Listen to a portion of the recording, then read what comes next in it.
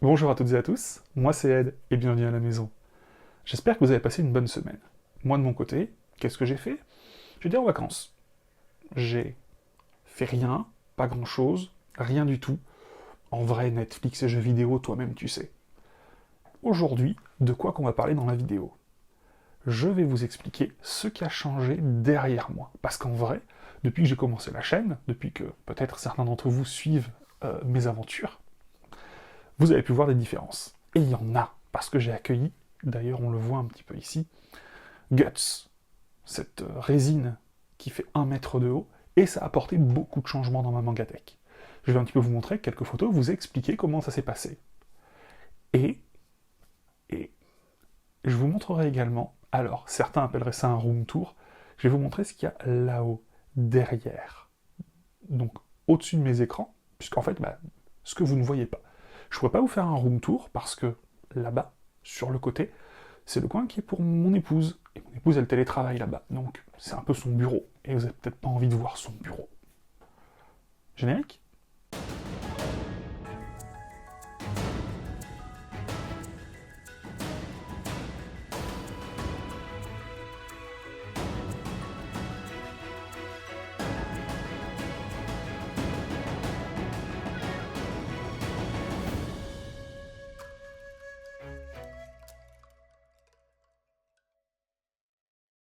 Alors, au départ, il y a quelques mois, ma mangatech, la mangatech de Ed le Fou, c'était ça.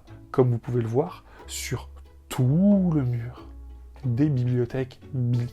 Il y a, en partant de la droite, une grande, 4 petites, une grande, et après on passe dans l'angle. J'ai donc, comme j'ai dit, commandé ce Guts, cette figurine de Prime One qui fait 1 mètre de haut. Certains me demandent où est-ce que je l'ai trouvé, sur le site directement, et il n'est plus disponible. Et donc il a fallu préparer l'arrivée de ce beau bébé. Malheureusement, elle n'irait pas dans le salon, puisque je ne veux pas mettre tout ce qui est un petit peu manga ou ce genre de choses là-bas. Je trouve que c'est pas fait pour. Donc il fallait les mettre ici. Derrière la caméra là-bas, il n'y a pas trop la place, donc il restait que derrière moi. Et derrière moi, ça voulait dire sortir des bibliothèques. La résine fait à peu près 65, je crois, en largeur. Donc je me suis dit, vu que une petite Billy c'est 40, qu'une grande c'est 80, pour garder la symétrie, j'allais enlever les 2 Billy qui sont au milieu. On peut voir ça ici. Me voilà donc avec un très joli trou au milieu de mes mangatech. J'avais 4 bandeaux LED. Un par porte, puisque les bandeaux LED, c'est des bandeaux LED que j'ai achetés sur Amazon, que j'ai collés à l'intérieur de mes portes. Quand j'ai sorti les 2 du milieu, j'ai enlevé les bandeaux LED, et je les ai mis en haut des bibliothèques, parce que le soir, souvent, moi j'aime pas mettre le plafonnier. J'aime bien qu'il y ait une lumière qui vienne de derrière, pour que je sois tranquille sur le PC. Déjà, aller à Ikea, racheter une Billy, une demi-Billy en hauteur, mais une grande en largeur. Souci, la couleur que j'ai n'existe plus, elle ne se fait plus. Donc je trouve une couleur qui ne dérange pas trop quand elles sont collées l'une à l'autre, et je ramène ça à la maison. Je pose la bibliothèque, je change le système électrique que j'ai fait, donc en gros j'ai un système, j'ai tout simplement tiré un fil, j'ai mis une prise, une rallonge, et ça marche très très bien, ce ne sont que des LED. Je fais ça, je commence à faire 2-3 tests, et ça marche très très bien. Sauf que, pris d'un affreux doute, je me dis, mais combien elle fait en profondeur cette résine? C'est un gros fail! Ah, super! Le meuble n'est pas assez profond. Retourne là-bas, à Ikea, vois qu'ils sont en rupture de stock. Super! Attends 1 semaine et demie, retourne à Ikea, vois qu'apparemment tout le monde a décidé d'acheter des Billy de cette taille, je comprends pas qu'est-ce qui se passe, mais j'arrive à en trouver une deuxième identique. Je la mets, et là, j'ai la taille idéale pour réceptionner la résine. Petit PS aussi, vu que la résine fait quand même une trentaine de kilos, j'ai mis un morceau de bois entre les deux, pour faire un tasseau, pour faire une sorte de résistance. Je vous mets une petite photo là aussi. À ce moment-là, on en est où? On est à peu près là. Donc, je me retrouve avec 2 portes éclairées, et 2 bandeaux LED qui font le plafond et sur le côté. Et là, je me suis dit, il manque quelque chose. Au-dessus de la résine, il y a un grand vide. Je vais à Monsieur Bricolage, bonjour Monsieur Bricolage, vous avez quelque chose que vous pouvez me couper? Oui, 80 cm s'il vous plaît, merci beaucoup, des petites pattes en métal. Banco. J'ai mon étagère au-dessus de mon guts. Et là, je me suis dit, il manque encore quelque chose. Il faudrait de la lumière. Parce qu'encore une fois, la lumière était un peu légère. Pas de problème, monsieur Amazon m'a vendu. Ce sont des lumières ou à visser ou à coller, en filaire. Moi, je préfère tout quand c'est filaire, hein, j'avoue. C'est des lumières pour dressing, ou pour, comment est-ce qu'on appelle ça, pour cuisine, ou pour bibliothèque, ou dans notre cas, pour Mangatech.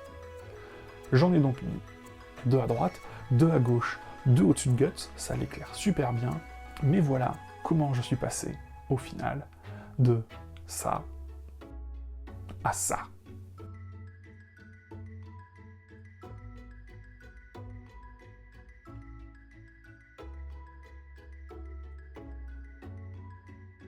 Alors, encore une fois, c'est une photo, un peu en... Mais je vous garantis que maintenant, j'ai plus besoin de mon plafonnier quand je suis tranquille sur le PC. Hein. J'ai bien de la lumière qui vient de derrière, et c'est vrai que ça éclaire bien la pièce. D'ailleurs, je l'utilise plus comme un éclairage pour la pièce, plutôt que pour la bibliothèque, j'avoue un petit peu. J'aimerais en mettre plus, mais c'est vrai que en mettre plus, on aura un peu l'impression après que ça fait... Quand j'allume, c'est le Macumba un vendredi soir, vous voyez, en mode son et lumière, au bout d'un moment, c'est pas une boîte de nuit ici. Et maintenant, pour ceux qui sont là pour la deuxième partie de la vidéo sur qu'est-ce qu'il y a derrière la caméra, je prends la caméra à la main, mais vous allez voir ce qu'il y a derrière. Et on démarre du Guts avec au-dessus l'étagère dont je parlais juste avant. Hop, avec un peu de recul, on est bon. Et c'est parti. Alors on a ici tout ce qui va être en rapport avec le jeu de rôle, donc ce sont des récompenses que j'ai eues lors de tournois, donc que ce soit moi ou mon épouse, hop, puisqu'on fait du jeu de rôle tous les deux. Récompense de tournoi, récompense de tournoi. Hop, un t-shirt. Dédicace à Authentique pour les chapeaux. Dédicace de Marcus, que j'ai vu à la Japan Expo, à Paris. En haut, des petites dédicaces de Candy-san, alors que ce soit Tev, Seb ou Louis-san, ça c'était bien cool. On a ensuite ici, je vous ferai à la fin un plan reculé. Donc ici, les press kits de Promise Neverland, le press kit de My Broken Mariko qui est au top. Derrière, il faudrait que je trouve une meilleure place, un livre, un artbook, pardon, du créateur de 3x3 Ice. Mon Ryuk, pareil, qui était tellement mieux derrière, mais j'ai pas d'autre place où le mettre. Ici, c'est des WDCC, Walt Disney Classic Collection, c'est de la porcelaine, et ben j'adore, Robin des Bois, hein, je crois que je l'ai vu une dizaine de fois au cinéma quand j'étais petit. Hop. En haut, on a tout ce qui est jeux vidéo, donc le collector de Fable 3, le collector de Ni no Kuni 2, mes vieux jeux Super NES avec un support qu'une copine m'a fait en impression 3D, le dragon de la collector de Skyrim, Witcher 2 dans ses versions collector, avec une petite figurine de Geralt, mais FIFA, bah, ça fait longtemps que je joue, hein.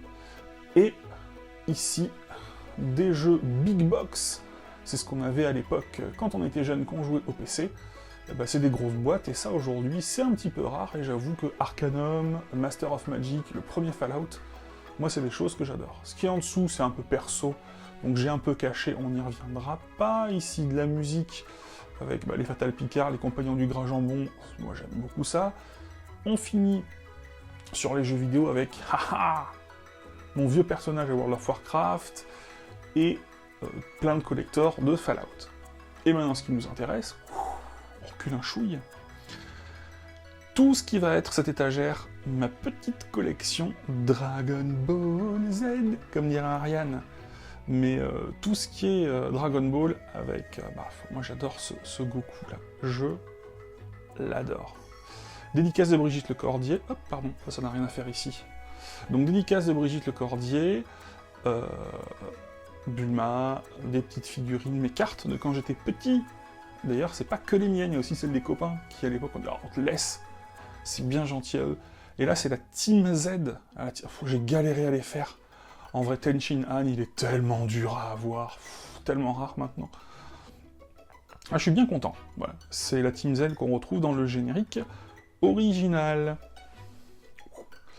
On passe ici, et en dessous on a plein de WCF, voilà, le nom ne me revenait pas.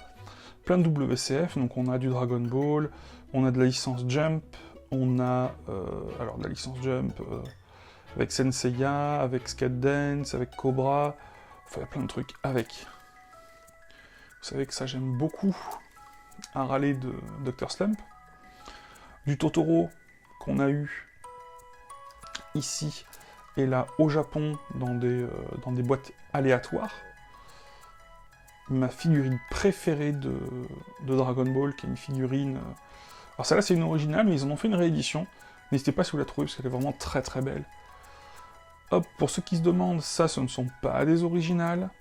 C'est des produits qui sont normalement pas pour la vente, mais qui sont des dessins originaux, imprimés sur du plastoc. Et ça donne vachement bien. C'était à la vente, et ça c'était la première saison, ce format-là. Ils ont fait une seconde saison avec ce format-là, en mode tu peux prendre un selfie avec tes héros favoris, voilà. Hop.